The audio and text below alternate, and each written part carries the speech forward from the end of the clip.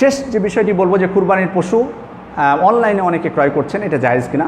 জায়েজ, ক্রয় করতে পারেন, কিন্তু আপনি এখানে দেখুন, আপনি যদিও হয়তো আপনাকে লাইভ ওজন দেখে দেওয়া হচ্ছে বা সব কিছু দেখে অন্য অন্য বিষয় যেমন আপনি অনলাইনে বিক্রয় জায়েজ, তেমনি কুরবানিটাও জায়েজ সত্য সাপেক্ষে। অন্য বিক্রয়ের ক্ষেত্রে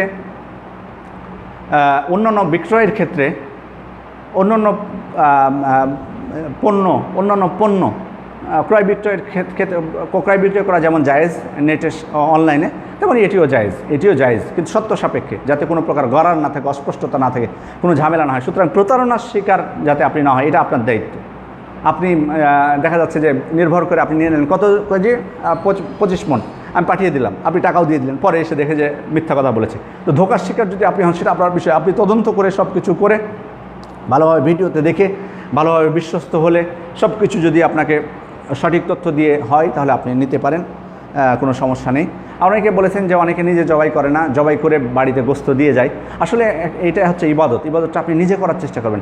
নিজে যদি কমপক্ষে জবাই আমরা না করি, কমপক্ষে আমার চোখের সামনে তো আমি করতে বলবো, কিন্তু কোথায় জবাই করতেছে, কে জবাই করতেছে, কোনো নিশ্চয়তা নাই, বিসমিল্লাহ আল্লাহু আকবার বলছে কিনা, সেটা আমি যদি ইচ্ছা করে কেনই করব। যেটা অনিচ্ছাকৃতভাবে খেতে হয় সেটা আলাদা বিষয়।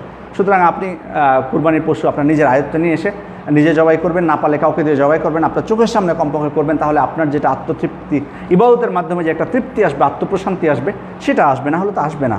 তো যাই হোক, সম্মানিত দর্শক মণ্ডলী, আমরা অনেক লম্বা করে ফেলেছি আমাদের আলোচনা। যদি উপকার হয়ে থাকে, যদি আমি সঠিক বলে থাকি, সেটি আল্লাহ তাআলার পক্ষ থেকে, যদি ভুল হয়ে থাকে আমার পক্ষ থেকে, শয়তানের পক্ষ থেকে, আল্লাহ আমাদের ভুল ত্রুটিগুলোকে ক্ষমা করে দিন ইনশাআল্লাহ। আপনারা যারা আমাদের সাথে ছিলেন এই আলোচনায়, আপনাদের সবাইকে ধন্যবাদ জানাচ্ছি, কৃতজ্ঞতা জ্ঞাপন করছি। বিশেষভাবে মসজিদ সিদ্দিকের যারা দায়িত্বশীল রয়েছেন, যারা এই সুন্দর আয়োজন ব্যবস্থা করেছেন, তাদের প্রতিও আমি আন্তরিকভাবে কৃতজ্ঞতা জানাচ্ছি। তাদেরকে আল্লাহ তাআলা যাতে ভবিষ্যতে আরও বেশি এরকম দাওয়াতি কাজ করার তৌফিক দান করেন, আল্লাহ তাদেরকে সুস্থ রাখেন। আপনাদের সবাইকে আল্লাহ তাআলা যেন সুস্থ রাখেন, আমাদের সবাইকে আল্লাহ তাআলা যাতে সুস্থ রাখেন, আমাদের সবাইকে যাতে আল্লাহ তাআলা দিনের উপর অটুট রাখেন। আল্লাহ তাআলা যেন আমাদের সবার কুরবানিগুলো, আমাদের ইবাদতগুলোকে কবুল করে নেন। আল্লাহুম্মা আমিন। সুবহানাকাল্লাহুম্মা ওয়া বিহামদিকা আশহাদু আল্লা ইলাহা ইল্লা আনতা আস্তাগফিরুকা ওয়া আতুবু ইলাইক। আসসালামু আলাইকুম ওয়া রাহমাতুল্লাহি ওয়া বারাকাতুহু।